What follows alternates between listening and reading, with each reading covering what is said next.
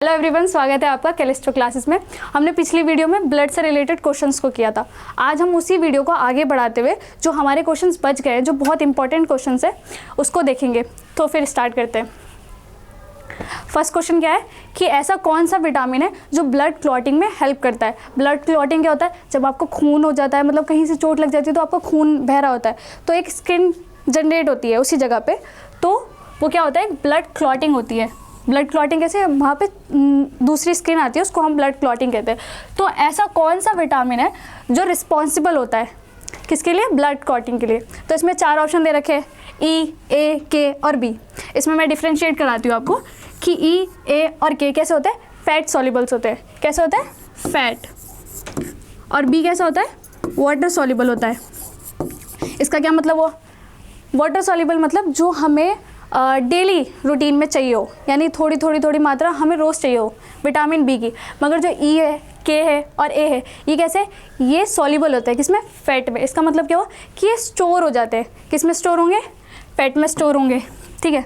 तो कभी आपने सुना हो कि किसी को चोट लगी तो हमने बोला जा इसको विटामिन बी दे, तो ऐसा तो सुना ही नहीं है। क्योंकि अगर ऐसा होता तो हमें कभी भी चोट लगती तो हमें ये विटामिन लेने पड़ते, तो ये ऑप्शन तो होगा नहीं, क्योंकि उसको डेली में चाहिए होता। हमें चोट कभी भी लग सकती है, तो वो कैसा होगा? फैट सॉल्युबल होगा। कैसा होगा? फैट। तो ऑप्शन क्या हो सकता है? ई हो सकता है, ए हो सकता है, के हो सकता है। इसका मैं आपको तरीका बताती हूँ।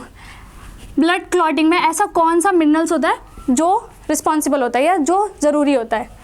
तो कौन सा होता है मिनरल्स? विटामिन के साथ कौन सा होता है? कैल्शियम होता है। तो इसको याद रखिएगा कि कैल्शियम मिनरल्स भी रिस्पॉन्सिबल होता है किसके लिए? ब्लड क्लॉटिंग के लिए। तो कैल्शियम किससे मिल रहा है? किससे मिल रहा है? विटामिन के से मिल रहा है। तो इसका ऑप्शन क्या होगा? विटामिन के। ठीक है। नेक्स्ट क्वेश्चन क्या है हमारा कि जो लार्जेस्ट सेल है, किस में लार्जेस्ट सेल की बात करिए? ब्लड में। वो कौन सा होता है? तो इसमें 4 ऑप्शन दे रखे हैं, लिम्फोसाइट्स, मोनोसाइट्स, बेसोफिल्स और एसिडोफिल्स। बेसोफिल्स किसके लिए ज़रूरी होते हैं? ये एलर्जी के लिए रिस्पॉन्सिबल होते हैं। किसके लिए? एलर्जी के लिए। यानी क्या हुआ? जैसे इसकी मात्रा ज़्यादा होती है तो हम कुछ लोगों को कुछ चीज़ों से एलर्जीज होती है, बहुत सारी, जैसे पोलन ग्रेन से भी हो जाती है, वो मैं आपको आगे बढ़ाऊंगी।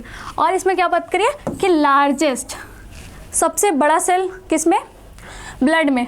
ब्लड में क्या आता है? WBC भी आते हैं। तो ये ऑप्शन WBC का भी पूछा जा सकता है कि लार्जेस्ट सेल WBC में कौन सा होता है? कौन सा होता है? मोनोसाइट्स होता है। कौन सा होता है? मोनोसाइट्स होता है। मगर ये लार्जेस्ट किस में होता है? साइज में होता है। मगर नंबर्स में सबसे ज़्यादा नंबर्स किसके होंगे? किसके होंगे?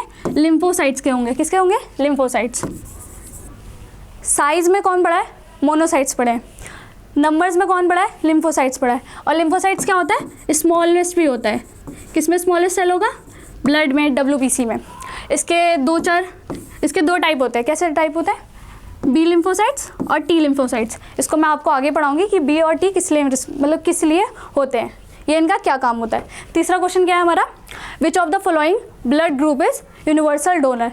ऐसा कौन सा ब्लड है जिसको हम यूनिवर्सल डोनर कहते हैं? यूनिवर्सल यानी ये ब्लड कोई किसी को भी दे सकता है। हमारे कितने? 4 प्रकार के या 4 टाइप के क्या होते हैं? ब्लड ग्रुप्स होते हैं।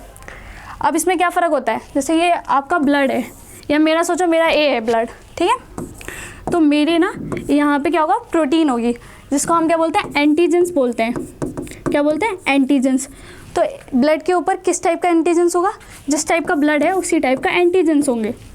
मगर जो एंटीबॉडीज़ बनती है वो क्या सी होगी? अपोजिट होंगी।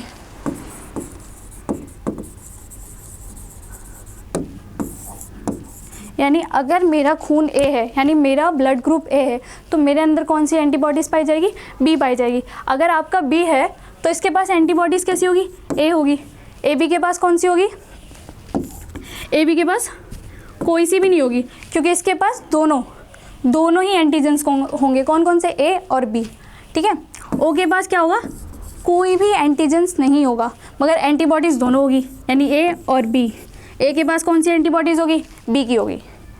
तो आप मुझे सोच के बताएं कि इसमें से यूनिवर्सल डोनर कौन सा होगा, जिसका ब्लड किसी को भी दे सकते हैं हम, कोई सा भी ब्लड दे सकते हैं। कौन सा होगा? ओ होगा। ओ क्यों होगा? क्योंकि इसकी सरफेस पे कोई भी एंटीजेंस नहीं होते, यानी इसका सरफेस पे कोई एंटीजेंस नहीं है, मगर इसके पास एंटीबॉडीज़ है, ए की और बी की, दोनों की है। ठीक है। तो कौन सा यूनिवर्सल डोनर है? ओ। तो यूनिवर्सल रिसेप्टर यानी यूनिवर्सल रिसीवर, यानी अगर कोई एक ब्लड ग्रुप दूसरे को किसी को भी चढ़ा सकता है तो ऐसा भी कोई ब्लड ग्रुप होगा जो सबसे ब्लड ले सकता है, तो वो कौन सा होगा? ए बी होगा। ए बी क्यों होगा? क्योंकि इसके पास कोई से भी एंटीजेंस नहीं होते हैं सरफेस पे, तो ये सबके ब्लड ले सकता है। इसके पास क्या है? कोई से भी एंटीजेंस नहीं है, सॉरी कोई से भी एंटीबॉडीज़ नहीं है, इसलिए किसी को भी ब्लड ले सकता है।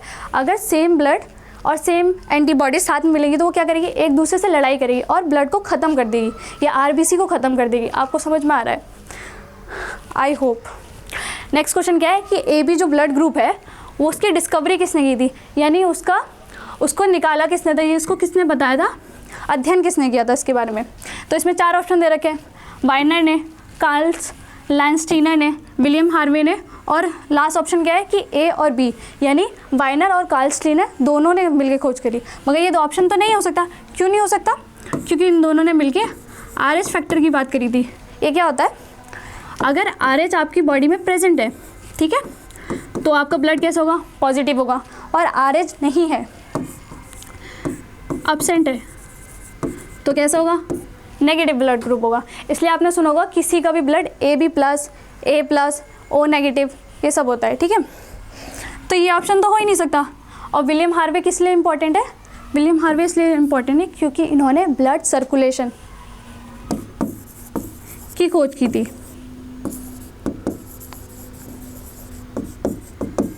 तो इन 2 ऑप्शन में से सही हो सकता है, या तो वाइनर ए या बी ऑप्शन, या कार्ल स्टीनर। तो इसमें से ऑप्शन क्या सही है? Karl Steiner. यही थे जिन्होंने ब्लड ग्रुप की डिस्कवरी की थी, यानी उसकी खोज की थी। नेक्स्ट क्या है कि रेड ब्लड सेल और वाइट ब्लड सेल ये कहाँ पे बनते हैं, ये कहाँ पे बनाए जाते हैं? हमारी बॉडी में ऐसी कौन सी जगह है जहाँ पे इन दोनों का मेडअप होते हैं, यानी निर्माण होता है इनका। आप देख सकते हैं कि निर्माण कहाँ होता है। तो इसमें 4 ऑप्शन दे रखे हैं, थाइमस, नोड्स, लिम्फ नोड्स, आर्ट्रियम्स और बोन मेरो, ठीक है। आर्ट्रियम में तो नहीं होगा क्योंकि ये क्या है? हार्ट का पार्ट है, जिसको मैं आपको सर्कुलेटरी सिस्टम में समझाऊंगी। नोड्स में भी नहीं हो सकता और थाइमस में भी नहीं हो सकता। थाइमस में क्यों नहीं हो सकता? इसमें लिम्फोसाइट्स, टी लिम्फोसाइट तो बनते हैं, कहाँ पे बनते हैं? थाइमस में बनते हैं। थाइमस एक चीज़ और इम्पॉर्टेंट होता है, आपने सुना होगा थायराइड ग्लैंड, जिसमें क्या, जब आयोडीन की कमी हो जाती है, किसी के अंदर आयोडीन की कमी हो जाती है तो उसको थायराइड हो जाता है। सुना होगा, ये बहुत नॉर्मल सी बीमारी है आयोडीन की कमी से। तो इसमें रेड ब्लड सेल और वाइट ब्लड सेल यानी RBC और WBC कहाँ बनेंगे? बोन मैरो में बनेंगे। कहाँ बनेंगे? बोन मैरो में, ठीक है। हमारा नेक्स्ट क्वेश्चन क्या है?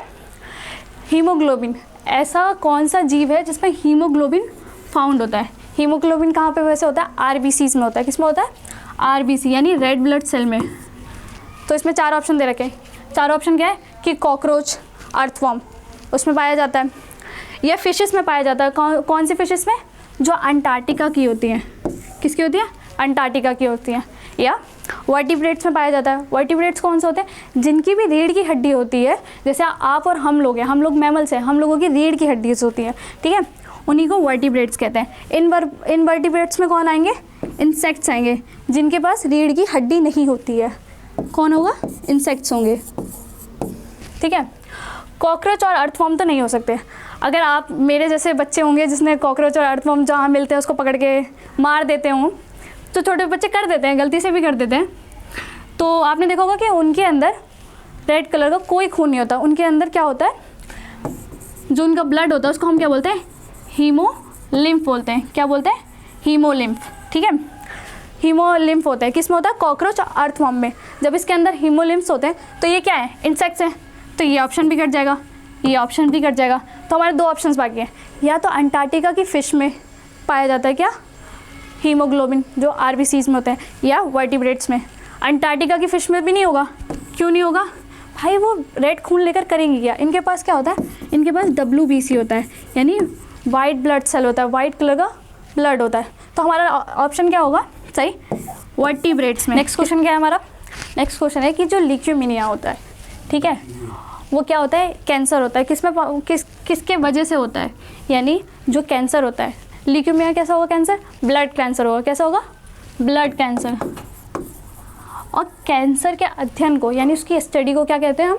ऑन्कोलॉजी कहते हैं। क्या कहते हैं? ऑन्कोलॉजी। ये भी पूछा जा सकता है क्वेश्चंस। इसमें क्या पूछा गया है कि ल्यूकेमिया, एक ब्लड कैंसर, वो कौन से ब्लड की वजह से होता है, एक कौन से ब्लड का पार्ट है जिसकी वजह से होता है। इसमें 4 ऑप्शन दे रखे हैं, प्लेटलेट्स के अधिक होने से, आरबीसी के अधिक होने से, डब्ल्यूबीसी के अधिक होने से, या नन ऑफ दिस। ये ऑप्शन तो नहीं होगा, नन ऑफ दिस, इन 3 ऑप्शंस में से होगा। प्लेटलेट्स का आपने सुना होगा कि प्लेटलेट्स कितनी होती है? 1.5 लाख से 4.5 लाख होती है। और आपने डेंगू में भी सुना होगा, जब किसी की प्लेटलेट्स कम हो जाती है तो हम उसको प्लेटलेट्स प्रोवाइड करते हैं। इससे क्या होता है? कमज़ोरी आ जाती है। ठीक है, तो ये ऑप्शन भी नहीं होगा। आरबीसी के अधिक होने से, ये भी नहीं हो सकता, क्योंकि आरबीसी के अधिक होने से क्या होता है? वेल्डर डिजीज़ होती है। कौन सी होती है? वेल्डर डिजीज़, अधिक होने से। और अगर आरबीसी कम हो जाए, फिर आरबीसी अगर कम हो जाए तो इंसान को क्या हो जाता है? अनीमिया हो जाता है।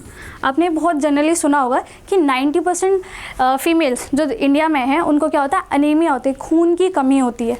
ठीक है, तो ये ऑप्शन भी कट गया। तो ऑप्शन क्या सही होगा कि डब्ल्यूबीसी के अधिक होने से क्या होता है?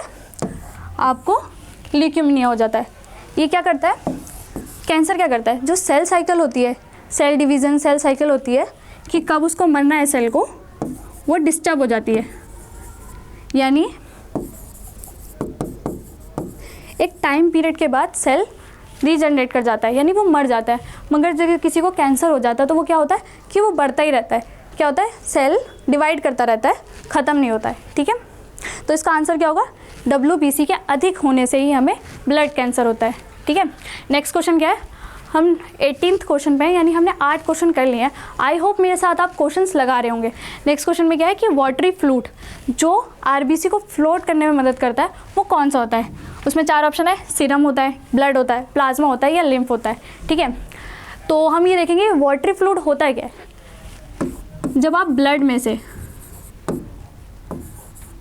आरबीसी हटा देंगे, डब्ल्यूबीसी हटा देंगे और प्लेटलेट्स हटा देंगे, तो क्या ही बचेगा बेटा? क्या बचेगा? वाटर बचेगा। तो उस वाटर को हम क्या कहते हैं? सीरम कहते हैं, ब्लड कहते हैं, या प्लाज्मा कहते हैं, या लिम्फ कहते हैं। ब्लड तो कहेंगे नहीं, क्योंकि ब्लड में से ही हटाना है हमें। ठीक है, सीरम होगा, प्लाज्मा होगा, या लिम्फ होगा। सीरम भी नहीं होगा। सीरम क्यों नहीं होगा? क्योंकि ये प्लाज्मा का ही पार्ट है। जब हम प्लाज्मा से क्या हटा देते हैं? फाइब्रोजन हटा देते हैं। फाइब्रोजन क्या काम करता है? ये क्लॉटिंग में मदद करता है। आपको मैंने समझाया, कभी चोट लग जाती है तो हमारी जो नई स्किन जनरेट होती है या बनती है, उसमें मदद करता है फाइब्रोजन। उसको हटा देंगे, मतलब उसको हटा देंगे किस में से? प्लाज्मा से। तो क्या बचेगा? हमारा सीरम बचेगा। तो ये ऑप्शन भी नहीं होगा। तो वाटरी फ्लूइड किसे कहा जाता है? किसे कहा जाता है? प्लाज्मा को कहा जाता है।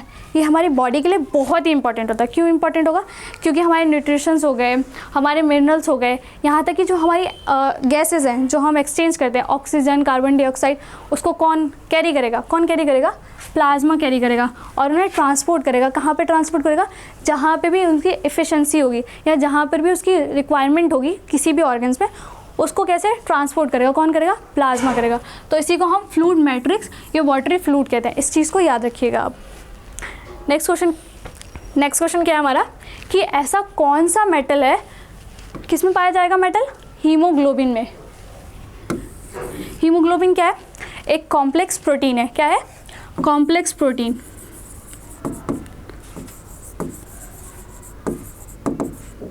ठीक है, इसमें से प्रोटीन कौन सा है? ग्लोबुलर। कौन सा है? ग्लोबुलर। इसमें जो मेटल पाया जाता है वो कौन सा होता है? फेरस होता है। कौन सा होता है? Ferrous, Fe+3। ठीक है, तो ये तो बहुत इजी सा हो गया आपके लिए, क्योंकि मैंने आपको बता दिया कि इसके अंदर कौन सा मेटल है? फेरस मेटल है। तो कार्बन को तो बोलेंगे नहीं, ये क्या होता है? CO2 होता है। मैग्नीज को भी नहीं बोलेंगे, Mg होता है। तो जिंक और आयरन में Fe किसका होता है? किसका होता है? आयरन का होता है। बहुत छोटा सा ही क्वेश्चन था, बहुत ईजी सा क्वेश्चन था। ठीक है, नेक्स्ट क्वेश्चन क्या है हमारा? ये हमारा लास्ट क्वेश्चन है। इस क्वेश्चन में क्या है कि ल्यूकोसाइट्स यानी WBC सेल्स होते हैं, उसको वाइट ब्लड सेल क्यों कहते हैं? उसको वाइट ब्लड सेल क्यों कहते हैं? इसमें 3 ऑप्शन है। क्या ऑप्शन है? कि वो कलरलेस होते हैं, वो ड्रॉप लाइक होते हैं। ड्रॉप किसकी? वाटर ड्रॉप होते हैं, उसी टाइप की। ये वो फाइट करते हैं, किससे? डिसीज से फाइट करते हैं। ठीक है, ये तीनों ही ऑप्शन सही होंगे। कैसे? क्योंकि WBC का काम क्या होता है कि ये फाइट करते हैं, इसको हम क्या कहते हैं? सोल्जर कहते हैं। क्या कहते हैं हमें? सोल्जर। जैसे कोई भी बीमारी हमारी बॉडी के अंदर आई, ये क्या करते हैं? खा जाते हैं उसे। कैसे खा जाएंगे? फैगोसाइट करके, खा गया क्या? और एंटीबॉडीज़ बनाते हैं। एंटीबॉडीज़ यानी वो फाइट करती है, कोई भी डिसीज़ आई, कोई भी बीमारी हमारी बॉडी के अंदर आई, कोई भी बैक्टीरिया, कोई भी फंगस जैसी भी आई, उसको क्या करेगा? एंटीबॉडीज़ उसको ख़त्म करती है, उसको खा जाती है, तो इसको हम सोल्जर भी कहते हैं। ठीक है, ये ऑप्शन भी सही होगा, मगर इसमें तीनों ऑप्शन सही है आपके हिसाब से। इसको वाइट ब्लड सेल क्यों कहते हैं? वाइट ब्लड सेल इसलिए कहते हैं क्योंकि इनका रंग वाइट होता है, श्वेत होता है, ये कलरलेस होते हैं। तो ये ऑप्शन क्या सही होगा कि ये कलरलेस होते हैं, इसलिए इनको वाइट ब्लड सेल कहा जाता है। आई होप आपको ये वीडियो पूरी समझ में आई होगी, और अगर ये वीडियो आपको थोड़ी सी भी समझ में आई, थोड़ी सी भी अच्छी लगी, तो इस वीडियो को लाइक करें, इस चैनल को सब्सक्राइब करें। Thank you.